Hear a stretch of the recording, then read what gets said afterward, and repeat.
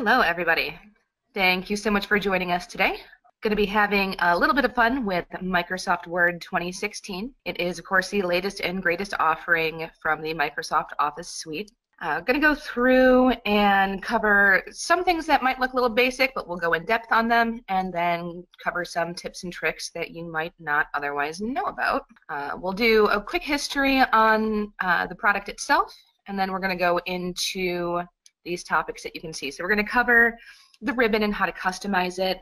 We're going to talk about Researcher and Insights. We're going to go into how to set and use quick parts. We're going to take a look at the themes and styles, show how to create a table of contents automatically. We're going to explore Format Painter, show how to use the updated version of Find and Replace. We'll show you how to customize autocorrect, get into a little bit of sharing and collaboration, and then I've got a few bonus tips for you as well. Those of you who have sent in questions beforehand, I have compiled the ones that I can answer most easily in this particular format. If afterwards you have any questions, please feel free to reach out to us again. Anything that has not already been answered, we will do our best to contact you, but if you don't hear from us, please feel free to make that outreach. We do want to make sure that all of your questions do get answered one way or the other. So, I'm going to take a look at Microsoft Word itself. It started way back in 1983. It's when it was first officially introduced as Microsoft Word. It was based off of a previous product. Microsoft wooed a couple of programmers from a previous company who took the product that they had made there, turned it into the fantastic Word editor that we know and love today. It's kind of cool that the first free demo copies were given away via floppy disk, the big, square, thin floppies, not the small, firm ones, but the old 5-inch floppies. They gave them away at the November 1983 edition of PC World magazine, and that was one of the first times that free software was ever given away that way. Anybody who had magazine subscriptions, even into the mid-2000s, probably remembers that those software giveaways were things that continued to happen for quite some time. I remember even relatively recently still getting Xbox demo games with Xbox Magazine, things like that. So it started way back in 1983 with Microsoft Word. It's kind of fun to know. It actually didn't really achieve commercial success until Windows 3.0 was released in 1990, but once that was out there, Microsoft Word took off and it has dominated the market ever since. The autocorrect feature that we live and die by today was actually first introduced in version 6.0 in 1993.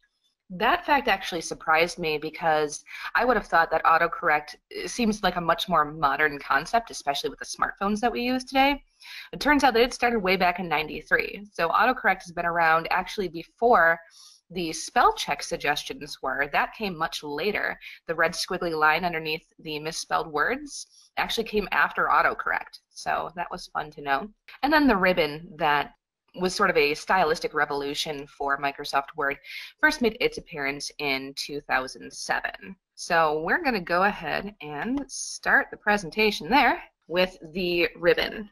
When it was first announced, the ribbon was not super popular.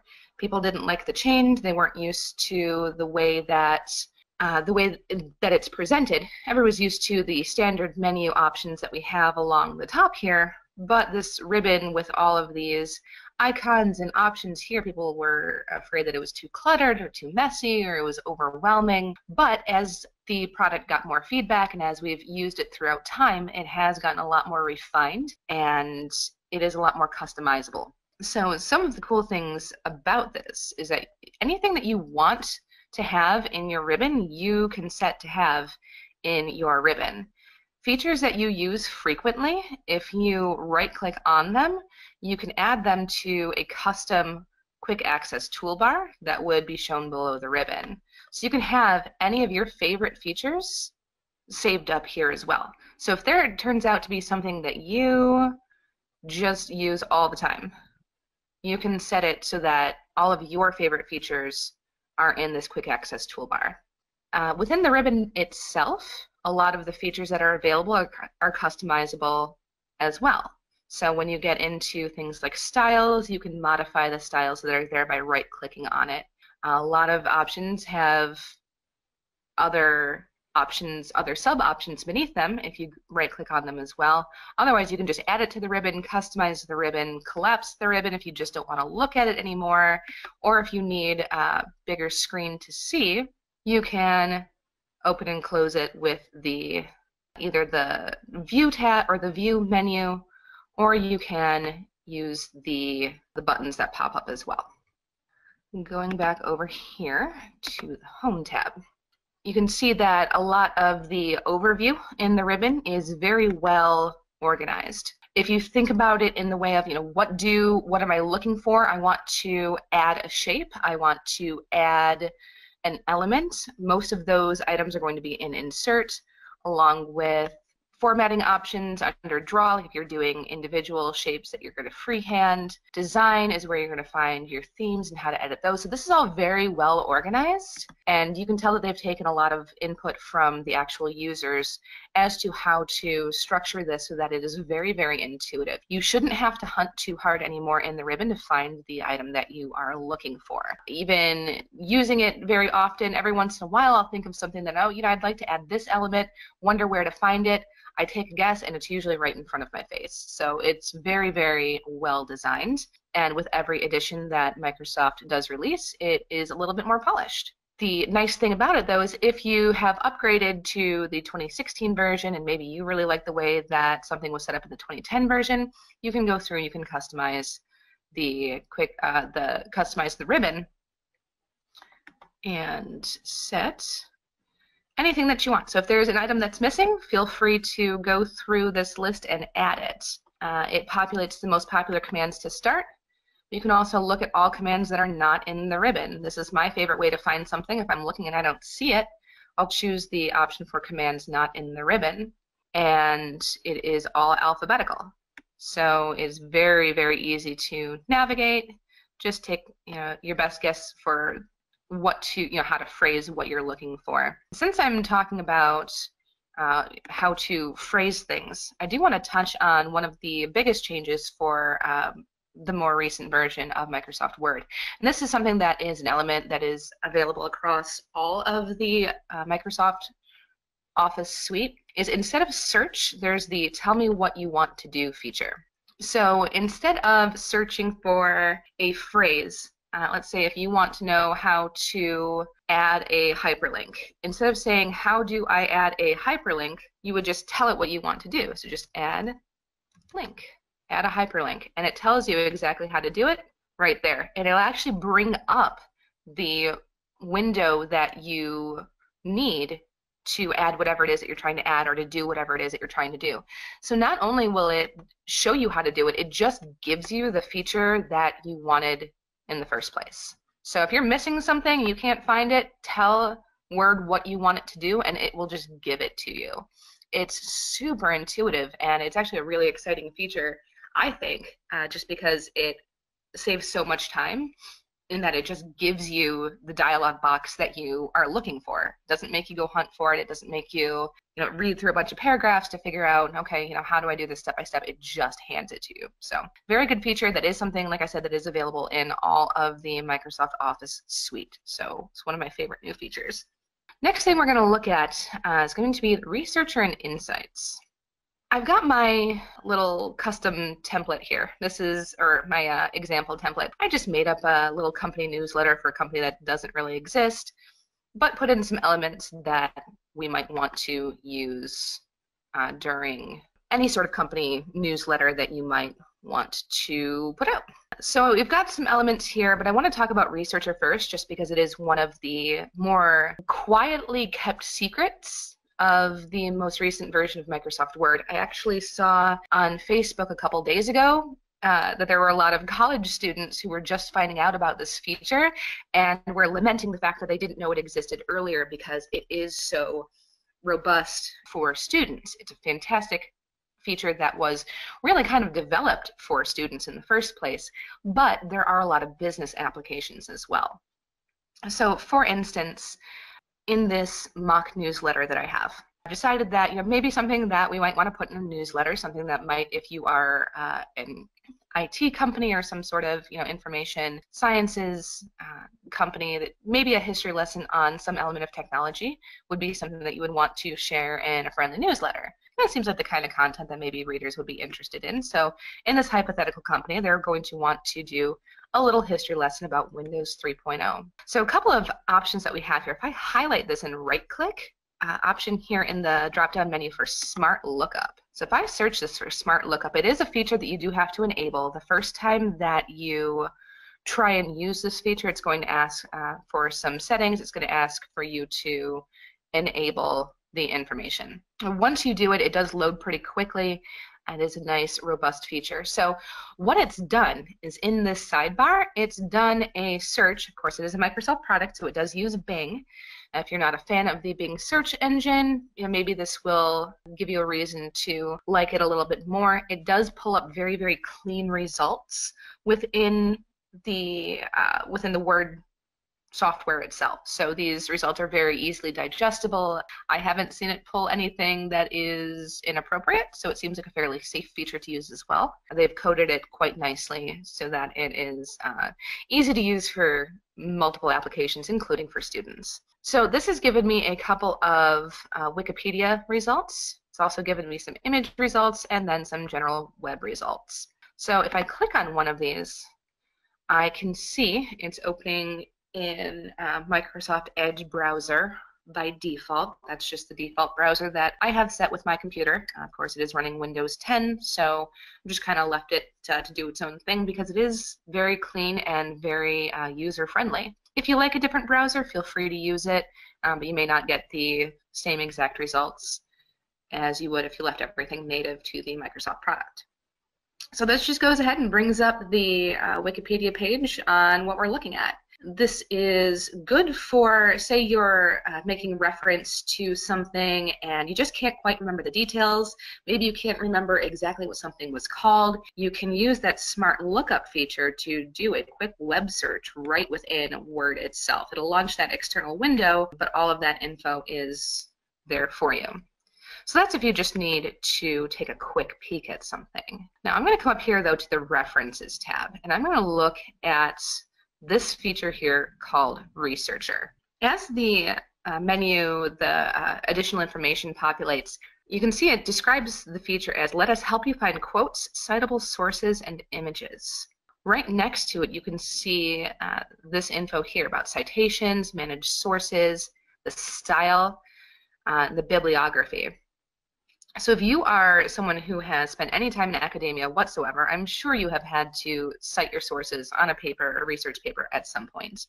So this automatically comes with all of the most popular citation styles, and it formats it automatically for you and then gives you the ability to go and edit things afterwards. Not only do you have the ability to edit it, it stays as a live feature within Word unless you specify otherwise. So if you are digitally submitting papers as a student, you have the option to keep that information in there. The professor or whoever is taking a look at the paper or a teammate or what have you has the option to view the citation within Word itself as opposed to having to include a bunch of extraneous text as well. So this could also be useful for business if you have people doing research within the company as well, whether that is market research or studying some other aspect of a product or the business itself. So this isn't just for students. This is something that you can use, you know, well beyond school days. But we'll go back over to Researcher itself, and if you click on it, it gives you this search bar. So the history lesson that we want to give is on Windows 3.0. And it works just like a normal search engine. Gives you these results here. Gives you a couple different options here where you can search for everything. You can search for books. So if you specifically need references that are not websites, something that is more geared towards students but does have business applications as well, if you've got an assignment where they have said, you know, you can't use a website, you have to use hard copy sources, this will give you information on those hard copy sources. Otherwise, for the most part, for this application, for business application, the website search is going to be what you're really going to be looking for. So you can scroll on through here and see all of this information on Windows 3.0. So you can go ahead and click on one and see what information is in that particular option. If you don't like that one, you can go back, take a look at some of the others. Maybe you want to refine it a little bit more. Let's call it history, Windows 3.0 history. Let's see. Let's go with this article here, where Microsoft 3.0, it was 20 years old today. No, I just don't like that one either. Actually, when I was demoing this earlier, I had found a result that I thought was perfect for this, and now I wish that I had kept tabs on it. Let's see. Okay, so this will do. We'll start here. So let's say that we're wanting to share a little bit of information about Windows 3.0, and I like this first paragraph here. So what I'm going to do is I'm going to highlight this, and let's see. You can drag and drop directly from this window here. Or you can open it up in reading view and see all of the information that's actually on the web page. And you can do the same thing here with selecting it. That's the same paragraph. Let's come down and find some new information. So if you highlight this, once you're in reading view, a pop-up comes up right away that says Add and Cite. So you click on Add and Cite. It's going to add the content into your document. And if you come up to your citations, you can change which citation is in here. Now this is giving the citation in line in the paragraph, so it's right here. And this is the feature that I was mentioning. It gives you this drop down where you can edit the citation, you can edit the source. If you click Edit Source, it'll give you these customization options as well. It shows you the URL where it came from, the name of the website, the name of the web page, and the author. So you're going to see this is a really, really robust way to include information from external sources that you are citing, so you're giving credit to the original source, and having that information directly in your paper or your newsletter or whatever document it is that you are working on. So let's say then that once I've got this, I'm going to click at the end of this paragraph, and I want to add my references inline. So you can actually see the full text of the references as opposed to just what is in the paragraph itself. This is something that, especially if you're doing research of any kind, you are going to want references, a list of references in there so that people know that it's not research that you did yourself, it's information that you have sourced elsewhere. This now shows you the two websites that I've looked at, the two sources for the information. So once you're done with that, you can go ahead and close that pane. If you need to go back into it, go back to Researcher, and you can even see My Research. You do have to log in to either your Outlook account or your Microsoft account to be able to view saved research, but once you do log in, you do have the option to bookmark research that you have used before. So that is extra handy, especially if you have sources that you really love, that you want to use often. And again, from a business standpoint, you may not need to necessarily do a whole bibliography or references, but say there's a source for jokes, or there's a source for tech tips that you really like, or there's a source for recipes that you like to share. Keeping those things bookmarked as well makes it very, very easy to add content directly to your newsletter. And of course, you can also add content from your own website.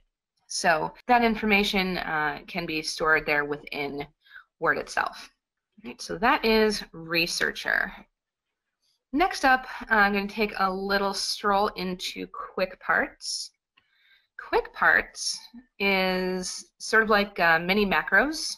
It gives you options to, back over to my ribbon here, it gives you the options to not have to type things over and over again that you use frequently. So something that in a business newsletter or a flyer or anything that you are publishing through Word, you're probably going to want to have your company information somewhere that is easily accessible. You can put it in the header or the footer. It might get a little cluttered. Maybe you want to make it really stand out. This is a great way to do it, but of course you're not going to want to type it out every single time, especially if you start adding phone numbers and fax numbers and email addresses, maybe even like a company byline, something like that. It'd be nice to just be able to have that available to you without having to remember exactly the format, maybe especially if you've got multiple phone numbers. It is a lot of information that could potentially get lost. So under the Insert tab, there is the option over here. Now, mind you, if you don't see something exactly where I see it, I have done my best to leave my edition of Word as close to out of the box as possible. That said, I can't rule out that I may have dragged and dropped something somewhere at some point without recalling that I did that. I do try to leave it alone, especially for doing these demos, so that you can see exactly where to find the option. But if you don't see it, of course, you can always use the tell me what you want to do. Just type in, quick parts if you don't find quick parts.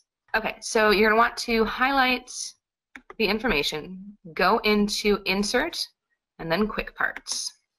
This option here, right at the top where it says Auto Text, you have the option to save selection to auto text gallery. If you click on that, not left click or not right click, that you can add, this is going to say create new building block. So building blocks are what they are calling these individual elements that you can add one at a time or in batches at any point. So this one, we're going to name it, it's going to automatically populate the first line of text. Let's say I want to call this company address. You can leave it in the gallery and category that it sets as default, or if you have a lot of these that you end up building, feel free to create individual galleries and categories for these things so that you can search them even more quickly. I'll show you in a second what it looks like to start navigating these building blocks. So I'm just going to click OK, and it is going to have this set. And it is going to remember the formatting exactly as is. You can always overwrite it later.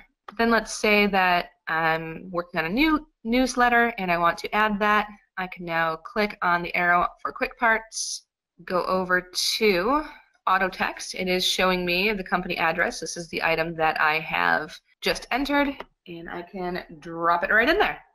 And it gives me exactly what I entered before. Now, I did mention the building block. So that individual element is called a building block. That's what it's referred to. It's what Word has named it. So let's say that the company moves and you go to a new office, you open a new office, maybe you want to edit that.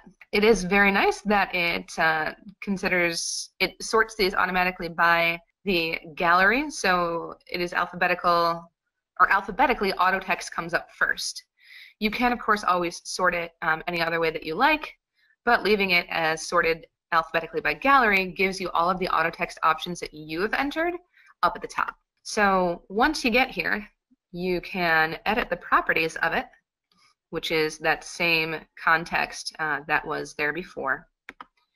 If you don't want it anymore, you can delete it. So let's say that we never want to see that again. Go ahead and make it go away. I can delete that building block. So you can go through and customize these other ones that are in here as well. This is, for the most part, things that are more easily accessed elsewhere. That said, if you do ever want to change any of the elements in here, or if there are just some that you absolutely hate, you can make them go away. You don't have to deal with features that you don't want. I love that Word gives you the option to not just customize what you see, but customize what you don't see. So I do appreciate that kind of flexibility and the ability to really take control over the software that you are using. All right, next up we're going to get into the real fun.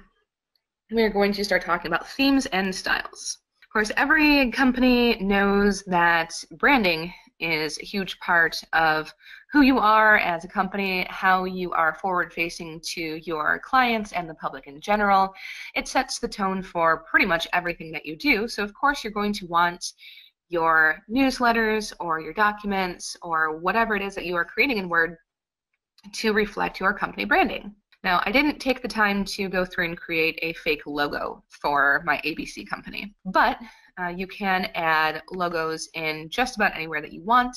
You can add them in your footer, or I'm sorry, you can add them in your header if you prefer it that way, or you can just insert it as a graphic here.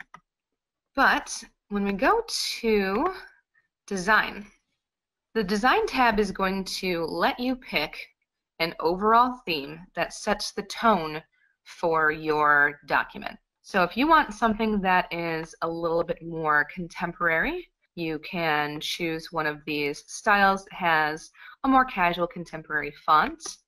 And this sets all of the elements for the entire document. This is going to set your font, the font colors, the font sizes, the different heading options. So this is one big package of all of the features. Once you find one that you like, then you can go through and change the color scheme here for, again, the entire document. You can pick one of the ones that comes already pre-populated by Microsoft, or if you don't see one that you like, you can customize the colors yourself. So in this customization option, it even gives you a nice little preview of what your page is going to look like. It gives you options for a dark theme, options for a light theme, so you can see how it might look, especially if you are doing a larger, more comprehensive document, especially if you're working on something that is going to be going to print and you want it to be a full color print as opposed to just a casual newsletter. You have the option to see how all of those elements are going to look and customize them so that you have all of the options in a complete and robust theme as opposed to editing them piecemeal, starting from a blank document like I have here. So this is a great way to get started with the overall look and feel of your website. And if you use this the expander there, you can also see more of the options, and it does give you a real-time preview as well. So let's go ahead and pick one that looks a little more like a newsletter. I don't even know that I'm finding one that I love. So I guess we're just going to use one. We're going to pick this. All right, so these are themes, and again, you can edit them to your heart's content. You can change the paragraph spacing, you can add watermark, you can add page borders, all here, and anything that you edit in themes will affect the entire document. Now, if you want to make smaller changes to individual blocks, or if you just want to make a little bit more tweaking and customization, can come into styles. So now that I've got this overall newsletter and I've got my themes set up, I can start applying the elements of the theme via styles. So this line here, if I triple click, of course it highlights the entire item there. I can choose that I want this to be my title. Now, even though I don't necessarily love the fact that the font is as big as it is, setting the style element makes it referential to other elements within Word itself. Namely, the next thing that we're going to go over is going to be the table of contents. So it's important that if you want to automatically take advantage of some of the features that Word offers you as far as how the different pieces of this document will play together with other pieces, it's important to go ahead and use the styles and assign them correctly. So I am going to let it do that. So this is going to be my title. But I can right-click on it and modify. All right, so this font I like. The color black is good, but I don't need that font to be quite so big. So I'm going to bring this down to, let's see, let's just make it a little bit right about there. I think is good. And click OK. I'm going to make the executive decision that I want that on a second line. Okay, so now that kind of stands out as the title. Next thing, now that I've got these, the overall title set, I'm going to want to start defining the different sections. So this introduction I'm going to set as heading 1. And then within the introduction, I'm going to also include what's new as a subheading.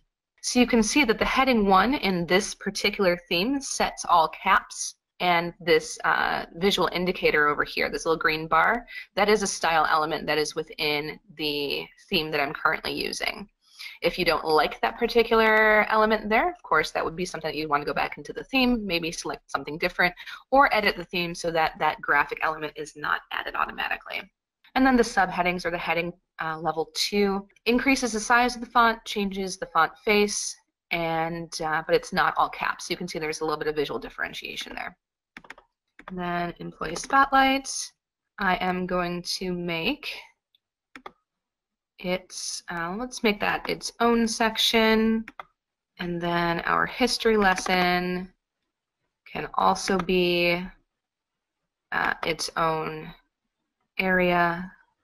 And you can also see that this references section here that came up is the level 1 heading in and of itself. For now, just for the purposes of the demonstration I'm doing, I'm actually going to remove this entire element, just because sometimes the elements like to hang out. Okay, that's better. It's still showing that it's there. All right, but it's visually not there. This is fine. Good enough for now. All right, and then how are we doing at the end? We're going to go ahead and set that as a level 1 heading as well. All right, so now that we've got all of these headings, the subheadings, and the title set, all right, what was the point of all of this? The next thing that I'm going to want to talk about is table of contents. Table of contents is especially going to be useful when you are doing longer and more comprehensive documents, especially if you're doing training documents or any sort of brochure that covers a catalog of your product or your services. So I'm gonna come in here and decide where I want my table of contents to start. I'm gonna want it on page 1. I can put it after the introduction if I want, but I'm thinking that for these purposes, I'm going to put it right here after the title. So going back into our references tab, there is, it's typically on the left here by default, the table of contents dropdown. If you click on that, you can see a couple of different options here. There are 2 automatic options, and there's a manual option. You can also go to office.com and download additional table of content styles if you don't like the kind that has the line that goes all the way across the page, or if you want something a little bit more compact.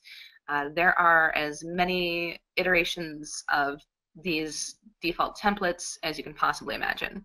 Or of course, under the manual option, you can create your own. But especially if you have a very large document, the more you can automate, the more time you save. If it's there and you're already using these header features, it just makes sense to use the automatic option. So I'm going to go ahead and use number 1. And you can see they're not really appreciably different. This one's called contents, this one's called table of contents. Other than that, they pretty much look the same. So you can, of course, go in and customize these. You can also decide where in the document you want it to go by right-clicking. If you just click on it, if you left-click on it, it's just going to put it where your cursor is. If you right-click on it, you have options no matter where your cursor is currently located. So I'm going to go ahead and do that. I just click on it, and it gives me my table of contents immediately. It's already there. It's formatted. It shows page numbers. And you can see the difference between the level 1 heading and the level 2 heading. So the level 2 heading, when we assigned that element, or we assigned the what's new section as that element, you can see that it's indented. It shows that it is something that falls under the introduction category. It lets you really organize this very, very cleanly and with very minimal time. I mean, you saw I spent a lot of time talking about it, but it took 1 click. So it was done that quickly, that easily. Now let's say that you set your table of contents, but then you go through and you add some more elements, or you move some things around, and now your table of contents is out of date. It's not reflecting what's actually on the page. All you have to do is right here click Update Table, and it will update. You can see in the description after you hover over it for a second, it says it refreshes the table of contents, so all entries refer to the correct page number. This is also good if you, for whatever reason, change the page numbers. Let's say that you don't want the first couple of pages to be numbered page 1. Let's say that you are considering a table of contents to be before the actual first page in the document. You have the option to change that there. And it would then show you the accurate page numbers. Or if you just end up adding enough pages later, it'll update that count as well for you. Moving up, let's start talking about the Format Painter. I love the Format Painter. Format Painter makes it so that you can set an element, make a ton of tweaks to it, and not have to remember all of the steps that you took to customize a specific element. So let's say over here on our last page, I've got this, the address right here, and I want to make that stand out a little bit. So maybe what I'm going to do is I'm going to come up here and draw a shape. I like a nice rounded rectangle. Why not? Let's draw, oops, let's insert a rounded rectangle. And I'm going to draw it right around this area here. Now, when that happens, one question that I did get in the registration was, how do I make it so that text shows over an image? When you add an image or an element, it gives you this drawing tools menu that pops up. If you click on Format, you have the option over here to send the element backward. And not only can you layer it behind or in front of other elements, it recognizes that there's text there. And you can click Send Behind Text, and it automatically puts the text over the element that you just assigned. So you don't have to necessarily worry about drawing a text box. You don't have to worry about a bunch of other settings. You can just bring the text forward over the element. Then you can go ahead and make any changes that you want to this, however you want it to go. All right, so let's say, so I've got this, and I don't necessarily like that particular color. So I'm going to go over back to my drawing tools format options. And this little expander here will give you some other options. You can also see here that, let's say you wanted another element layered behind that. You can also do just the outline transparent, or the outline of the shape with the background transparent. Or you can make the color in the element semi-transparent, so it kind of colors what's over the image, but it doesn't block it out completely. So lots of options. Again, it's all in this Drawing Tools tab that comes out. So I'm going to go ahead and pick this one. I feel like that's already kind of the color scheme that we have going on here. Let's say I want the border to stand out a lot more. So I'm going to come in here. And I'm going to change the shape outline. I want the shape outline to be darker, and I want the shape outline to be bigger. Let's set it there. Okay. Let's say I like this. This is good. I like the shape. I like the color. I like what I'm seeing here. Let's say that maybe because I've got an element up here that I really like, let's say maybe this history lesson. Maybe I want this history lesson portion to also have a little bit of standout. So I'm going to go ahead and use my shape tool again, and I'm going to draw a rectangle right here to make this history lesson spot pop a little bit more. And I'm going to send that behind the text as well.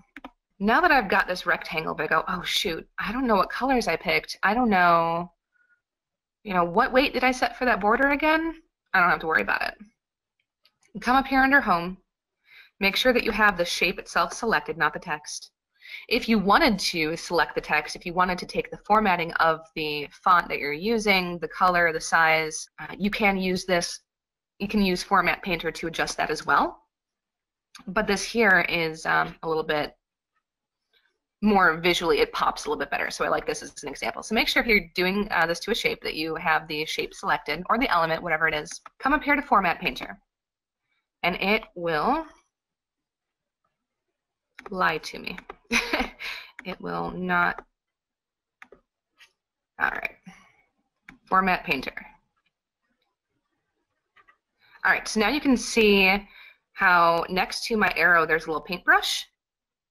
So with that paintbrush, I could select, if this was text, I could select an item of text. All right, Format Painter, I want to paint that. I click on the element, and now it matches.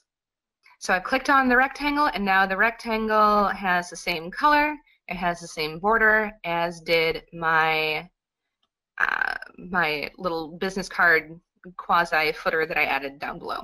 That is how Format Painter works. You can use that for text. You can use it for even photographs. If you've done some editing in line with a photograph, you can apply the format to another photograph that you load so that everything has a nice cohesive look and feel to it.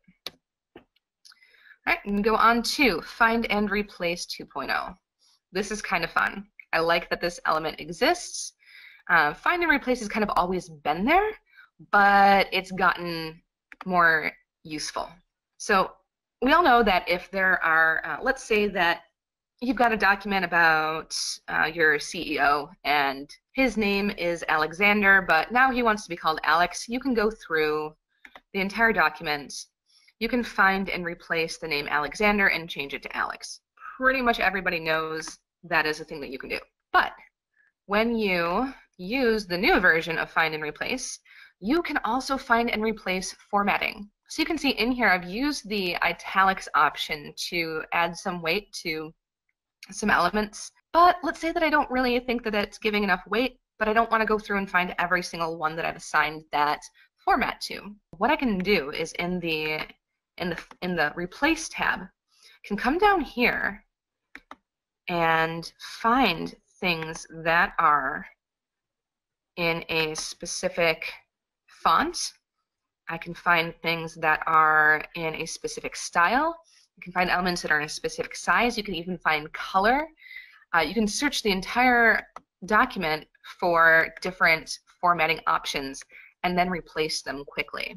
So, and then if you go over to Replace, you can replace it with, again, click on Format, and I'm doing font, but you can also see there's a ton of other options that we can get into and play with. Let's say that I want everything that's italic right now, I also want it to be bold. I want it to be in, let's see, we're using this teal, so let's do this teal color here. And I could even change the font if I really wanted to, but we're not going to go too crazy. So I'm going to do this, click Find Next, which is the same way that's always gone. It gives me something that's in italics, and I can hit Replace. You can see it makes it bold, and it changes the color. If I know for sure that I want to do it to everything, I can do it to Replace All. It tells you how many replacements it has made. So this has gotten so much more useful than it ever has been before, especially if you're changing company branding, especially if you have an older document that needs some updating. You can now do the search and replace for all kinds of different elements where you can change the color, you can change the font, you can change the look and feel without having to go through and manually find all of those pieces. So super exciting, and as you can see, there are even more menu options down there. There are very few limits to what you can do with that now. I definitely encourage you to dig in and play around with that one. I could spend probably an hour just on that in and of itself. Autocorrect, how to make it work for you. One thing with autocorrect is that sometimes it corrects things you don't necessarily want it to be correcting. I know that it's become sort of a point of humor in this day and age that autocorrect can cause some communication troubles, if we're phrasing it delicately. Since autocorrect does exist within Microsoft Word, we want to make sure that, especially in a business context or in an academic context, as we spoke about a little bit before, that we're not getting caught in those pitfalls. So there are a couple of different ways that we can access the settings for autocorrect. Let's say I typoed this word, and it gives you the red squiggly line. Of course, you can right-click on it, and it'll give you the correct spelling. But it also has this little arrow here to where you can ask it to read the word aloud. Say that you think you know you've got the right word, but you're not sure if that's the way that it's pronounced is the version that you're using. You can click on this, and it'll read the word aloud to you. You can make sure that you have the right word. It also gives you a couple of synonyms there as well. so that if you also, it just gives you another visual cue whether or not you're using the word that you are intending to use. Now let's say that this was a proper name. You can, of course, add it to the dictionary. That's a feature that has existed for quite some time. If you never want it to give you that red squiggle again, you can add it to the dictionary, or you can just ignore it. So those aren't new, but I like to touch base on them. You can also add it to autocorrect. Where this feature becomes useful is, let's say for whatever reason I am constantly misspelling the word anticipated, and I'm misspelling it the same way over and over and over again. For whatever reason, my fingers don't want to type that word the way that it's supposed to be. I can add it to autocorrect so that it catches every time I'm making that repeat error and just fixes it for me. So you can have autocorrect work for you, especially once if you've noticed a pattern in your personal typing style, or just repeat mistakes that are happening. Let it work for you. There is also the last menu option here is autocorrect options. You can hop in there that way. I do just also want to show you that if you go to File and Options, let's say that you don't have something that's misspelled, so you aren't sure how to get to the autocorrect options. If you go to Word Options, it is under Proofing, and then right there are autocorrect options. This does also give you some options here to edit the autocorrect the way that it functions, that it doesn't give you from the right-click menu. So if you aren't seeing something in the right-click menu that you want to use, go through the menu through File, and you might be more likely to find what exactly you're looking for. This, however, does also apply to all Microsoft Office programs. You can see that this is something that it does specify that it's for the Office suite, not necessarily just Word. It does also have a section down here for when correcting grammar and spelling in Word. So this is an additional option here as to the autocorrect options screen, which is what will pop up if you use that right-click option. So this is the screen that comes up if you right-click. It does give you some of these default ones. If you accidentally, if you hold the Shift key down for too long and you get two capital letters at the start, that is a default autocorrect feature. You can see some of these others as well. Capitalize the first letter of sentences, capitalize the first letter of table cells. So those are all turned on by default, as well as everything in this table down here. So a lot of these show some really frequently mistyped words that it will automatically fix for you without you having to define these in a dictionary. So like here it shows, fields, people sometimes put the E before the I, it automatically corrects it. This is where you can add something if you know for sure that when you first open up the program that you want something specifically autocorrected every single time. You can add this manually that way. You can also set exceptions. So if you have a company name that is maybe missing a vowel, that is a fairly popular way to reference company names, or there's lots of products that we use within our businesses that have some spellings that are close to the actual word, might get caught in autocorrect, you can set exceptions so that it does not correct those. Same here with the first letter. Don't capitalize that. Don't correct some of these as well. You can customize that to your heart's content. Auto format as you type also has a couple of options in here that you will find useful. By default, it is going to change your ordinal. So if you have things like first, second, third, it will take the ordinal there and put it as a superscript, which means it'll be in smaller letters towards the top of the number. It's just a little bit more visually pleasing. If for whatever reason you hate that it does that, you can come in here and turn it off.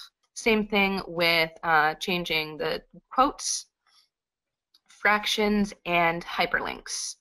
Especially if you're doing a lot in print and you don't necessarily want hyperlinks to show up in blue and underlined, you can deselect that option so that it never ever does that. If you are, however, using it for documents that are shared online, you probably want to leave that active so that that feature works as advertised. One thing I do want to show you with that is that if there are, say for the most part, you do want your email addresses and your websites to format as hyperlinks, but there's an exception to that rule. what you can do is highlight the hyperlink or the email address that you want to de-emphasize. You don't want it to look like a link. Go into your styles under the Home tab and click where it says normal. It's going to take away the underline and it's going to take away that font color. That said, even as a digital document, it still leaves that link feature option enabled. So you still have the ability to control click and follow the link. In this case, it's going to open that email or open a new email for you to use that email address. But then you can take that same document, send it to print, and it's not going to have different formatting. It's not going to stand out and look like. Right, so that is some fun with autocorrect. Going to sharing and collaboration. One of the best features in the most recent version of Microsoft Office is the option for Microsoft OneDrive. With Microsoft OneDrive, you can save a document to the cloud.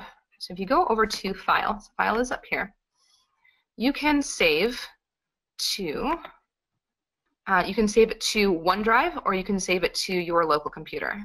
If you save it to OneDrive, it's going to go to the shared cloud account where other people in your organization or anyone that you choose to share the link with has access to open that file.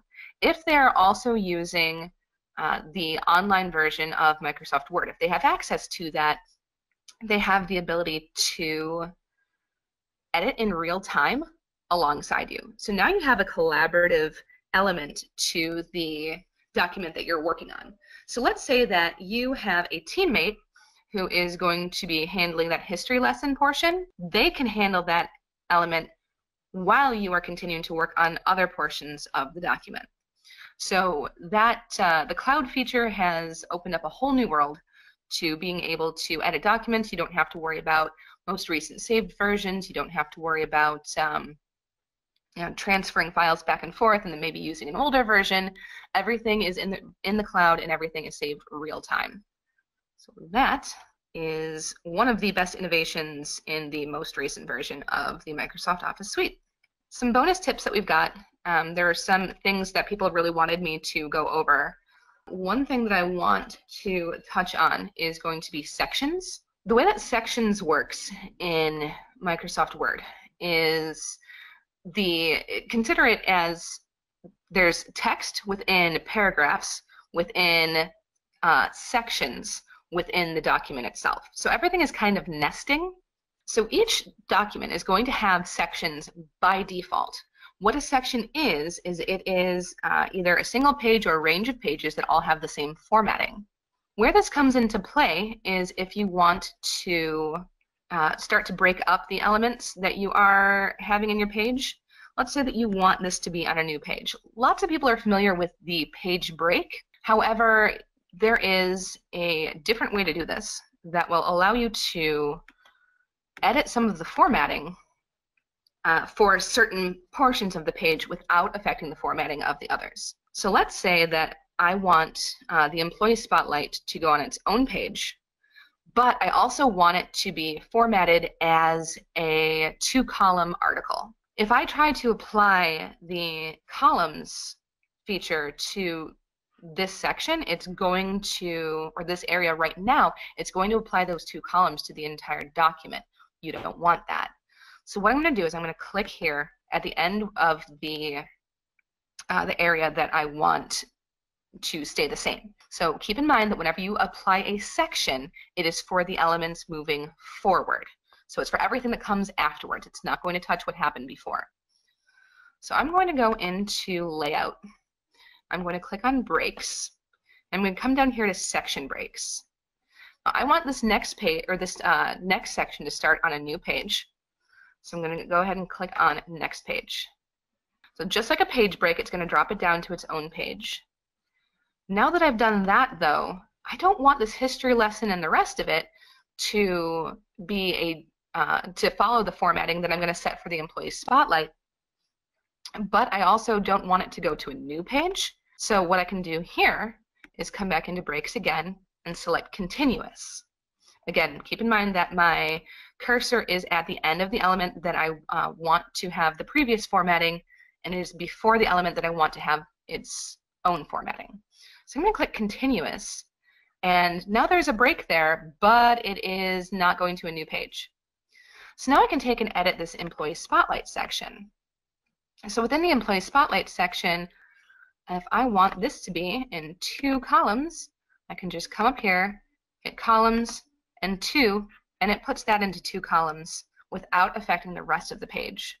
So sections is a fantastic way to define individual formatting areas and keep it to edit that formatting without editing the formatting of the rest of the page. So I went to undo that, and just one thing I want to show you is even within that element, what I can do is ignore the header and select just the text and move that into 2 columns. So now I think it looks a little bit better that way.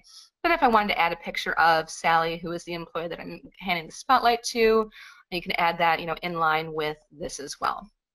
So that's kind of nice. One other thing that I want to do super quick. Oh, that did not. Why did you not follow? Oh, because those aren't linked together. That's why. Aha. Okay. Actually, that would be a good thing to go over as well. So this would be a great place because this the text moved down, but the image itself didn't. So maybe before this would be a great place, and after this element here would be another place to insert another break. So this one I'm just going to do just a page break because I don't need it to be special formatting. So now that goes down there. That can be on the last page. That's a nice element for the the closing page for this little workbook that we're doing. One other quick trick that I want to show you right now is how to do a line that you can type on. A lot of times when, let's say, you're filling out a form, you'll type name and then give a bunch of these underscores, and that's fine in print, but then if you wanted to type on it, you come and put my name, it moves the line itself. A different option for that is if you do 3 dashes and hit enter. Oops. There you go. All right, so do 3 dashes, you have to do it on a new line. So if you do 3 dashes and then hit enter, now you have this line you can type on, and the line stays where it is and it does not wrap around. So that is just something I see a lot, especially in documents where people want a form to be filled out, but they want you to email it back as opposed to printing it and giving it back. It's just a nice feature to know that it exists in there. It's kind of hiding. It doesn't really advertise itself, but it is there. Last thing I'm going to touch on is going to be mail merge. The #1 thing that people were requesting in this demo was mail merge. Now, the best thing about this version of Word is that mail merge is as painless as it possibly could be. There is a mail merge wizard that will take you through step by step exactly what you want to do and make it as painless as humanly possible. So under mailings, if there's this start mail merge button, and down at the bottom it says step-by-step mail merge wizard. So it opens up this mail merge element here. You can, oh, it's actually taking me because I was doing this earlier. Let's start at the top, excuse me. So it gives you the option to select a document type. This is going to be a letter. You can also obviously do email or envelopes or labels if you're doing something different. Down at the bottom it says next starting document. Go ahead and click on that. We want to use the document that we have right here. This is what we're going to be mailing out. You can also start something new from a template or start from a different existing document. We're just going to use what we have in front of us because this is what we want to mail. Next, select recipients. So you want to use an existing list. You can also type a list manually if you wish, or you can select from your Outlook contacts. I don't know why that word wouldn't come out right. However, a lot of us have an Excel file or spreadsheet file that has all of our contacts in it. So I'm going to click here where it says select a different list. I'm going to come to my documents where I have saved my address book. Now, of course, where you save your address book or what you title the file is going to be up to you, but this is what I've got here. Keep in mind that if you have any headers on your columns in that address book, that you have this box down here at the bottom checked. it will ignore the first row of data rather than try and mail something to your headers. Say OK on that. It gives me the 3 addresses that I have loaded. I can sort them, I can define them, filter them if I like, or I can just click OK and send it to everybody. It doesn't give you any kind of pop-up or anything once it's successful. It just loads those in there. So you can click on Next to write your letter. Well, my letter is already written, but let's say that I want to put the address in the top. Say maybe I'm mailing, maybe this is like a trifold that I'm mailing, and I want the addresses to be printed on automatically. So if I click on where it says address block, it gives you some different options to choose how you want to format the name, how you want it to appear, based on how formal it's going to be. I'm just going to click the default. Oh, you can also change whether or not you want the postal address or if you just want the person's name in there. And what it does is, if you see it, it puts this in kind of a little bit of a code block, if you will. You can move that address block anywhere that you want. Make sure, though, that if it starts a line that you do hit enter to put a break in. Otherwise, it's going to start the existing text right after the end of the address block. So make sure that you do give that some room to breathe in the document that you're preparing. And if you forget that step, don't worry, because when you go to preview your letters, it's going to show you a preview. And you can come in here and you can change the font, the size of this as much as you want, so that if you want this bigger or bolder, if you want it smaller or more simple, maybe you want it to fit in an envelope with a window, you can change it so that it fits however you like. And then at the end, you just complete the merge.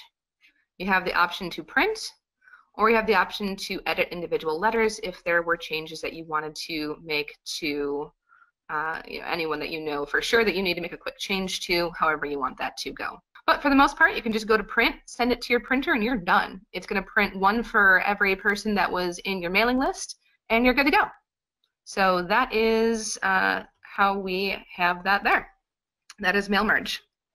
All right, that is everything that we have for today about Microsoft Word. Please do keep in mind that our next webinar is going to be on January 25th, same time, 2 p.m. Eastern, 11 a.m. Pacific. The topic we're going to be covering is going to be Microsoft PowerPoint. So much like we went into some of the lesser known but very powerful features of Word, we are going to do the exact same thing with PowerPoint, and I don't know if you can tell, but I kind of love PowerPoint, so I'm looking forward to that one as well. That is going to be everything for today. Thank you so much for joining.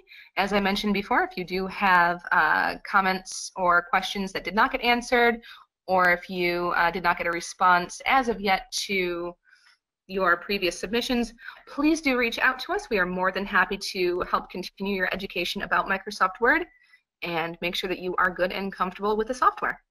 Thanks so much, everybody.